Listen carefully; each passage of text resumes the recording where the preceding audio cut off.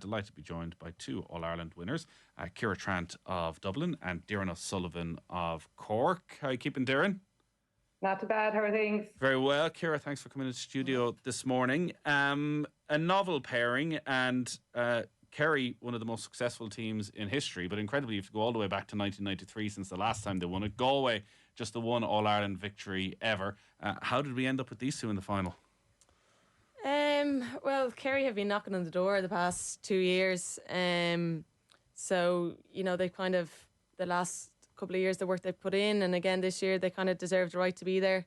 And then Galway, I think they're probably the most underperforming team of the last maybe 10 years even. You know, everybody expects more of them and they haven't got over the line. They got to the final in 2019, I think it was, or it could have been 2018, and you know, bad day out for them, but they haven't really lived up to their potential. So it's good to see them there.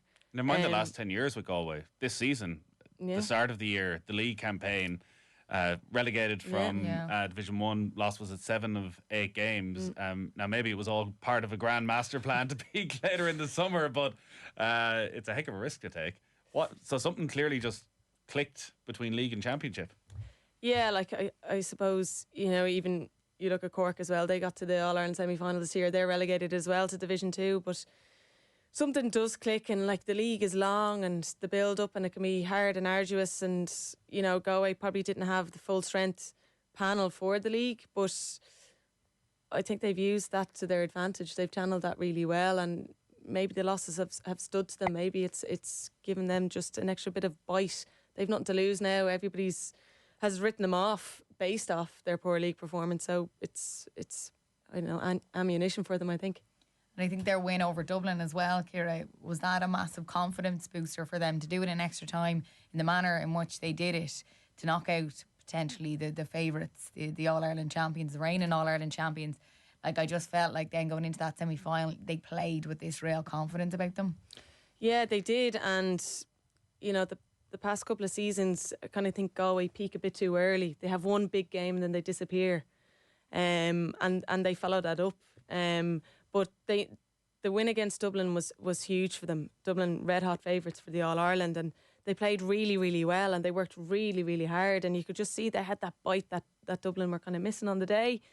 And it just, you know, they grew 10 foot since that result, like, and you can see them playing with so much confidence in their system against Cork and so much belief, and there was no panic. They were kind of steady throughout the whole match, and even when Cork got a bit more possession in the second half, Galway just seemed relaxed and confident in how they can play, and you know, I hope they carry that through to this weekend and we're in for a good game.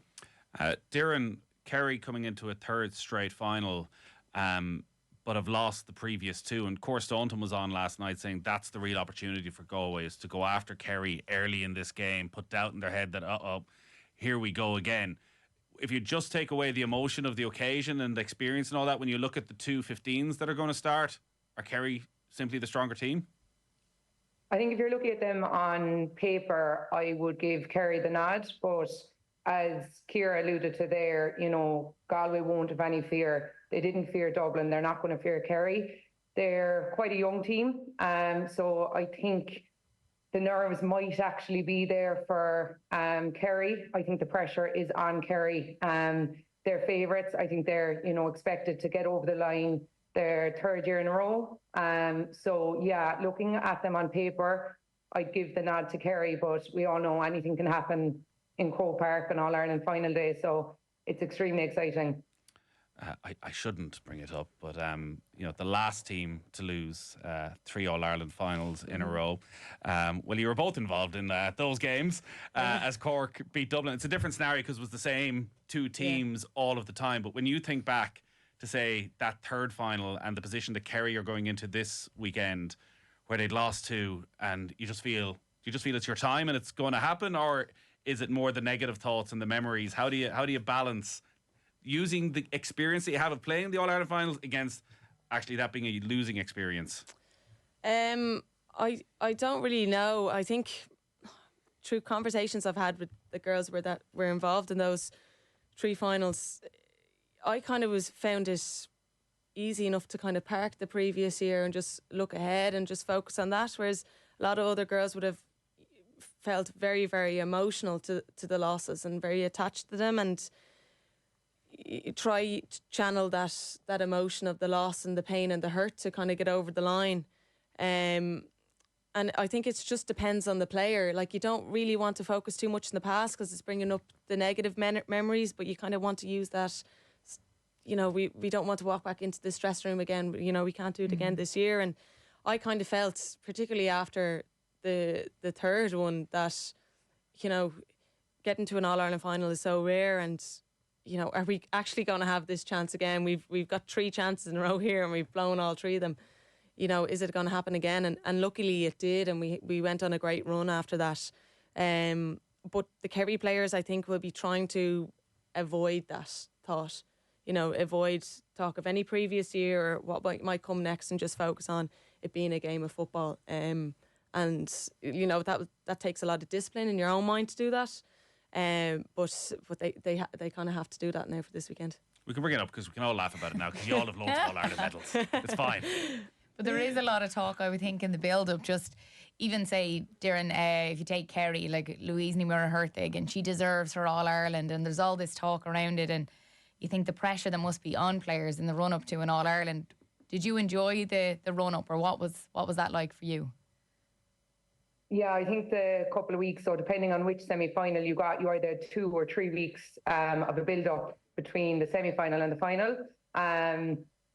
It was a balancing act between getting yourself up for the game and not getting carried away. So I think Eamon Ryan was extremely good at that, keeping us grounded. But at the same time, you know, those press conferences, media nights, you've kids coming out to watch you training. So it is a bit of a challenge. But I think because we had got to a few, I think that experience helped. So I think small stuff on the day will help Kerry, having been there in 2023 and 2024 or as well, or 2022 and 3, that, like, you know, small stuff like the dressing rooms, knowing the layout of the day, the programme, the parade, meeting the president, the red carpet, all those small things. Because I remember my first ever All-Ireland final, I genuinely thought I was going to get sick on Croke Park. I have never experienced anything like it in terms of nerves. So I think the first 5 or 10 minutes could be interesting. I think that might suit Kerry. I don't think it'll take Galway long to settle into the game, but just going from experience and having been there, done that, I think Kerry could settle into the game nice and quick. And Kerry, they don't rely just on Louise now. It seems that there's players all over the panel, and obviously Sheaf Roche coming back in there as well has been such a big help. It seems like they across the board they have the strength there, that it's not just Louise that we're always talking about. Yeah, exactly. Like, if you look at it from Louise's point of view, that was an extremely hard role to play for her for the last 8, 9, 10 years. You know, you're always going to be marking the opposition's best player. You could potentially be double marked. All the attention's going to be on you. If you don't perform, there's a good chance your team aren't going to win. So that pressure, I definitely think this year has been alleviated from Louise's shoulders. Just to name a few, I suppose, Emma Deneen, Danielle O'Leary, and, as you said, Sheaf Roche coming back in the last day. Those girls have taken massive pressure off Louise. Louise is still doing her part, there's no question, but it's not just, you look at the score or the programme after the match and it's Louise has scored 10 out of 11 points. There's a spread of scorers there now. And I think from a Galway point of view, that would be tricky because you're not looking at one forward anymore. There's 5, 6 very capable forwards to score up there. That's huge, Ciara, because you look at the last 2 All-Ireland finals, Kerry scored 217 between the 2 games, and Louise Ní-Mura-Hurtig has scored 209 of that. The sense around her then is that the others have stepped up rather than dip in her own form? Yeah, definitely. I think Louise's average performance is worthy of player of the match every year. Like, she's just phenomenal and she's so composed, but like Doireann was saying, Kerry are scoring, like, all their forwards, midfielders are capable of scoring, and they're capable of scoring from anywhere. Like, their long range kicking has been immense this year, and it's something that you don't often see much in ladies football. And then you flip it to the other side and you have Roisin Leonard you know, she's playing the role for Galway that Louise played in the past, 20 years. Louise is nearly there, I suppose. So, you know, but it would be interesting to see how Roisin Leonard deals with that pressure of being the score getter for Galway. And then, you know, Louise, she doesn't need to do all the donkey work. She can relax and enjoy the occasion and get on the loop and pop her scores and, you know, and get in the back post and get some goals. But if it's not happening, she can also make it happen for other players. She's a very selfless player. She always seems to make the right decision when she's on the ball. You know, so either she'll shine on the day or she'll be the one that helps somebody else shine. And Roisin Leonard, like, what a player. 2-3 against Dublin in that quarter-final. I think she got 1-5 in the semi-final as well. Like, she's someone that's been around a long time, Doireann, but seems like we're hearing more and more about her. Even this year, she's just coming into playing her best football. Yeah, it's interesting because, as you said there, Roisin has been around for a number of years now, but I think this year she's just really come into her own. And just one thing, I suppose, from Roisin's game that gives her, I suppose, the X factor is her ability to kick the ball from the ground. When I was playing, it was Valerie Mulcahy doing it. But just for young girls, I think to look up to that skill is incredible. We see it all the time, obviously, in the male game, but I think Roisin is the only one potentially doing it in the ladies' side and inter-county level. So she has everything, you know, from penalty kicks the last day to free kicks, and she's contributing a lot from play as well. And a lot of her frees, you'll notice she's the one being fouled herself. So yeah, she's really thundered into this year. Why is that skill isn't utilised more across the game? Is it simply a power thing, or is it that it's not been coached at a young age? I'm going to take the easy option and say, as a forward who takes frees, that it's not been coached. I definitely wasn't coached, you know, under 12, under 14.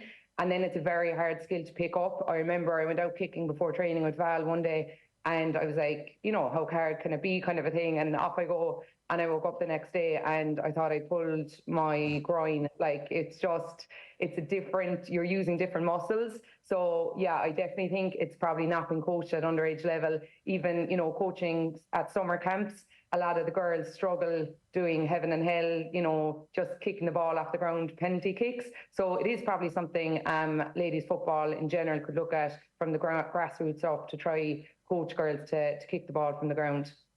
Was that the same for you, Ciara? Did you ever remember growing up and practicing that? No, I actually I probably stroked my ego when I was younger. Playing club football, I used to take frees off the ground if they were in range. I kind of fancied myself a little bit back then. But I'd agree with Doireann that it's not coached. But I think, you know, generally with lads, they're outside and they're playing football on the street growing up, and when they're younger, and you don't see that with girls. So girls often don't have like that ground ball skill. And I know Mick Bowen would talk about your abductors and opening up your adductor to strike the ball with your instep and stuff like that. And in training and during the warm-up, we would have had the ball on the deck and playing one touch and stuff like that, just to develop that skill, because he just was appalled at the fact that girls can't kick the ball on the ground. And I remember years ago when Gregory McGonigal was over the team, at the end of the one training session, we had a game of like soccer, and it was hilarious to see, you know, all stars being afraid of the ball once it was put on the ground, and the standard of football. So I just think it's a kind of possibly a cultural thing with girls in sports, that they just don't play ground football kind of enough. Yeah, I would never have seen it in training. I don't ever remember the time we'll practice this skill here of taking the frees off the ground. It just was never a done thing. Or even if you're kicking around yourself, you would never think to do it when the lads, if they're just having a kick about before training. Mad. I never would have thought about that. They would have did it. Yeah. Don't know, it's a strange one. Yeah. We'll come back to that another day, I think, on the skills difference. Who's going to win this game, though, Ciara? I don't know. At the start, you need to give us something. At the start of the week, I was Galway, and then yesterday and this morning, I'm thinking more towards Kerry. I think Doireann was right in what she said. Like, if Galway want to control the game, they need to blitz Kerry from the start, just like they did with Cork. Like, they got 4 goal opportunities against Cork in the semi-final in just the first half, and that scoring the goals kind of settled them. gave them confidence, and they'll need that against Kerry. But Kerry will be, like Doireann said, just get the scoreboard ticking early. So I think whoever wins the first 15 minutes could be in with a shout. But I just think overall, Galway are too reliant on a couple of individuals, whereas Kerry, anyone could step up on the day. So I think they might just edge it. One for Kerry. Doireann? Yeah, it is a very tough one to call. On average, Galway have scored 3 goals a game, and I think if Galway score 3 goals on Sunday, they're in a right position to win the All-Ireland. And that said, as Ciara said there, I think Kerry are a more balanced team from 1 to 15. They're no longer relying on 2 or 3 players to get them over the line. And Kerry's bench as well. You know, you've caught Lynch to come in there, Hannah Donoghue and Lorraine Scanlon. So I think their bench could play a big part. Croke Park's a big pitch. So yeah, I'm giving probably the nod to Kerry. Aisling? Oh, God, right. On paper, yeah, I definitely would think Kerry, but I think it's all about how they're going to perform on the day, the occasion, all of that. They've young players. Can they rise to all of that? Because at the moment, I'm just seeing this confidence with Galway and Olivia Dively just powering through. She's one of these players that can change a game. Something is telling me that if they can all perform to the level they maybe have, say even that quarter-final over Dublin, that it could be their day. But I would love to see Louise Niemar if they get her All-Ireland. Anything stand out in the intermediate and the junior? So the intermediate is Tyrone, who've sort of gone between senior and intermediate, who I'd imagine are strong favourites. Like brilliant for Leitrim to be in an intermediate final at Croke Park, and then Fermanagh and Louth in the junior final. Yeah, like I said, I think Tyrone, it's their game to lose in the intermediate final, and Leitrim will be delighted to be there, and they'll be competitive. But it's a step forward for them. You know, I don't think they're ready for senior football, whereas Tyrone, they should be up playing senior football every year. And then the junior final, I think junior football, it depends on how your key players are playing. So for me, it's Emer Smith against Kate Flood. And I think for Fermanagh, I think Emer Smith, she's just shooting the lights out this season. I think she could edge it for Fermanagh on the day, but I think that'll be a lot closer to call. See anything different, Doireann? No, I think Leitrim are probably the wild card potentially to get to that final, whereas it would have been expected for Tyrone to be there. Tyrone have played majority senior football, so they'll be looking definitely to get back up there. And I'm going to give Fermanagh the nod in the junior football. It's always a big day and a brilliant day and a long day, and with the 3 matches and so many different supporters coming through, it's also become a hugely successful day for the LGFA with the crowds that have been there. And when we look at improvements that can be made in terms of promotion of the game, it's always looked at, well, how do we get the 50,000 that go to All-Ireland final day to start going to the games earlier in the season? The Irish Independent have a story today that the finals, and it's the 50th anniversary, so there's celebrations going on around that as well on Sunday, that the finals are expected to draw no more than 35,000. Now in 2019, there was 56,000. The rise in attendance does coincide with Dublin being in the final consistently over the last decade. And there are factors that play into it, such as the fact that Galway are in finals in 3 straight weekends. It seems there's club football games on down in Kerry on Sunday, and the Kerry hurling final is there as well. And the fact the Dubs aren't there is automatically going to see. But it is disappointing that sort of level of 50,000 isn't being maintained, and it does raise a question around the timing of the finals, and that the men's side have gone to a straight split season to get it finished earlier. Is there an opportunity for ladies football to push their finals back a few weeks and have August to themselves? Yeah, possibly. With kind of the break from the men's side of things, people will be craving a bit of football, so that possibly could that work that way. Like ladies football has kind of followed into that kind of split season as best they can. I think the promotion of the game could be done a little bit differently. I don't think they're hitting the right target audience. I think they need to go much younger with it. And you know, there's an ad on the radio at the moment. I don't think that's really doing ladies football any favours, but you also got the Olympics to compete with, and that's everybody's focus now. You know, the hurling and the men's football is out of the way, and it's just Olympics. So I don't think that's helping either. But at the start of the year, I didn't expect us to be getting a big crowd for the final either. I don't know. I think the appetite for ladies football at the minute hasn't kind of grown since 2017, 18, 19. Why? Is that because the AFL and maybe the standard? And 'cause I know that is something people have talked about and people ask me quite a lot as well. Do you think the standard has dropped? Well, I think both semi-finals were quite poor, to be honest. I thought some of the basic skills weren't reflective of what the girls are capable of. And, you know, I think possibly men's football has gone a bit boring as well to watch, you know, very defensive, very, very tactical. And maybe the lack of excitement there. I know I shouldn't be saying this, but the lack of excitement in that game probably isn't making football in general that attractive.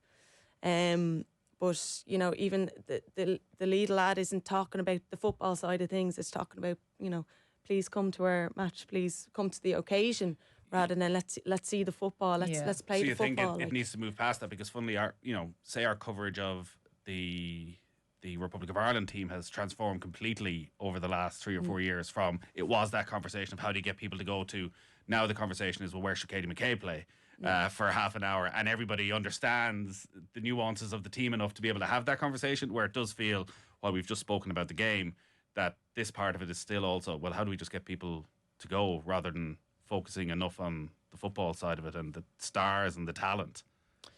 Yeah, I don't know. I think that was the narrative. I think we did make that kind of shift. And I know, I don't know about Darren, but people do talk to me about the game more than the occasion. And there's less lip service and aren't you a great girl playing sports and all this, fair play to you. That kind of has gone a little bit.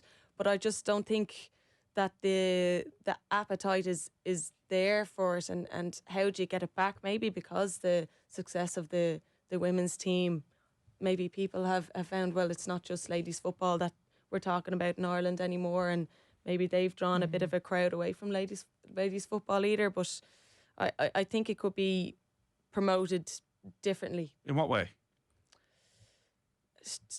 Promote the football, force the football on people. And, you know, I know I'm talking about this ad again, but they're saying, the lead lad is basically saying, you know, we want ladies football to sound like this and there's a big cheer, but at the moment it sounds like this and there's a few claps.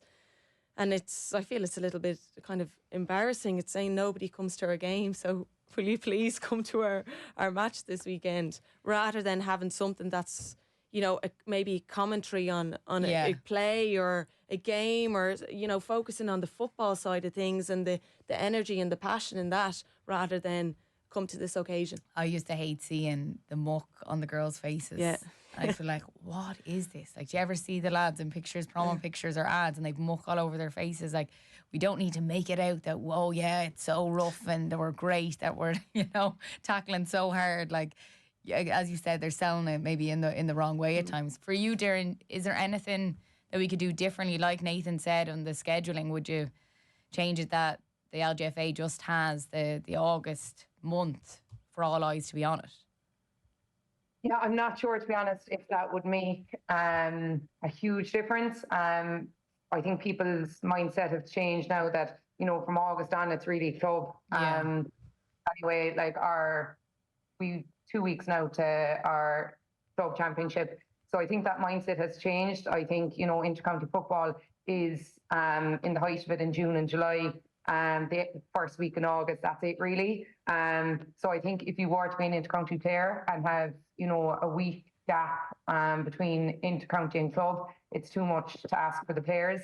Personally, I can't understand why a Kerry Galway, you know, clash on Sunday is only expected to get not even the 30,000.